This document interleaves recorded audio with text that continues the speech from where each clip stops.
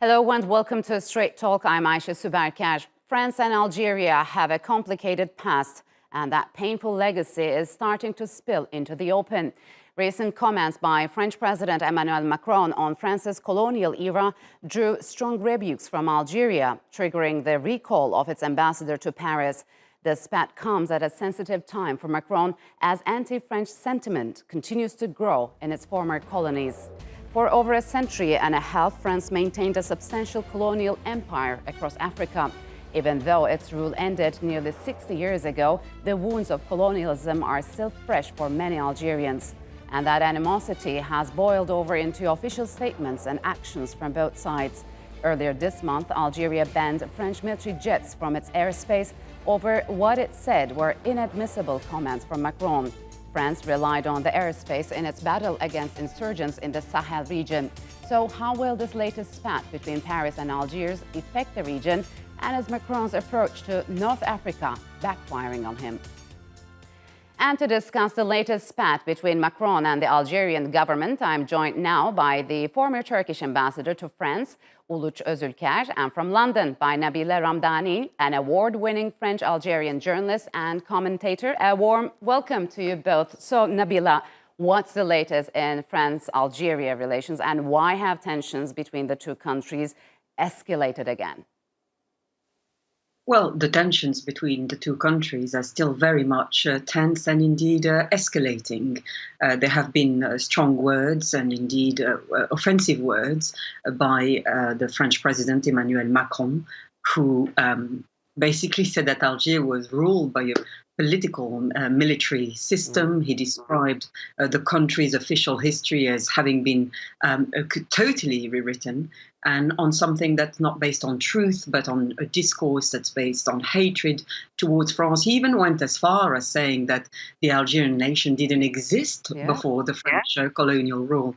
The issue also encompassed another side, which has to do with a bone of contention between the two countries, which is that the French authorities are reluctant to deliver visas to Algerian citizens, and what the French authorities are trying to effectively deport Algerian citizens who are allegedly without papers, and they are saying that unless they are given help in doing so by the Algerian counterparts, they will not let more Algerians in the country. So it's a pretty ruthless policy, and one that effectively treats all Algerians with suspicion.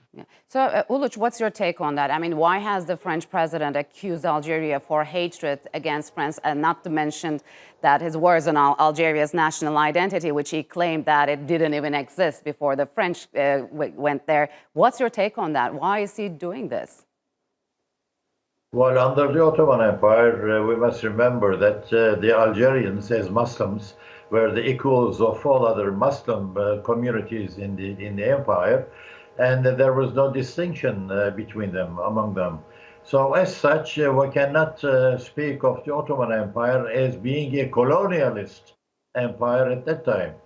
Well, unfortunately, the French side has invaded the Algeria, and afterwards there was a strong colonial, as a colonial power in existence in Algeria. And we must not we must not forget that in between 1950 and 60, there have been big massacres against Algerians who were trying to get their independence and create their own state. So as such, if there is one state which should be found as guilty in that context, it's France.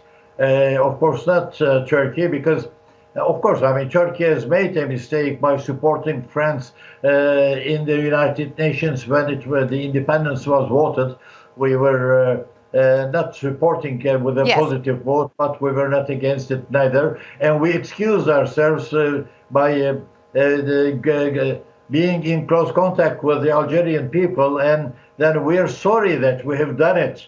And now we see perfectly well that France is trying to buy back its past, which is awfully impardonable. So, As far as Nabila, you've just previously mentioned that France reduced the number of visas it grants to citizens of Algeria, Morocco, and Tunisia. What kind of an approach does Macron adopt here towards those countries? Well, if I may comment on Macron's comment about France's colonial past, because I think this is very important. I think he's bending about horrible post-colonial tropes. To begin with, Macron is stating a truism, which is that Algeria necessarily had to be a highly militarized state because it was involved in an 8-year conflict from 1954 until 1962 against its colonizer, and that's very much in recent history. And secondly, Macron is stating an absurdity, which is that Algeria has never contained a population grouping with a very clear sense of national self-identity. Algerians have an immensely strong identity, and that is one of the primary reasons why many French distrust and indeed dislike them. And as far as the truth and about history is concerned, what is absolutely certain is that the 132 years of French colonial rule in Algeria were absolutely barbaric from the moment they invaded in 1830 until when Algeria won its independence in 1962. And there is overwhelming evidence for that from the extermination programs and scorched earth policies that were implemented in the 1840s.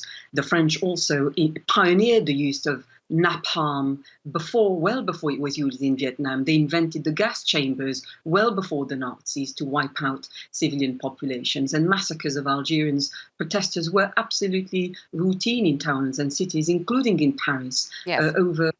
And you know, all these atrocities are well documented. It's in fact France that is seeking to rewrite its savage history in Algeria and to dictate the nation's history in order to lead responsibility. So, Uluç, as a former ambassador, why has French President Macron also pulled Turkey into this debate?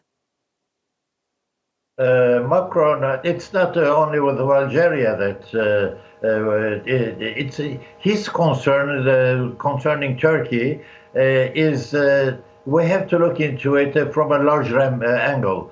The East Mediterranean, the presence of Turkey or in the Middle East, and the forceful attitude of some colonialist countries in those areas of Turkey opposed to them, and all of a sudden France finds itself in opposition with Turkey because it's arm wrestle, if you wish. I mean, France wants to prove itself as being a mighty power in those areas again, but it has in front of it, unfortunately, the Turkish opposition, and Turkey has now a much more stronger place in those areas than France.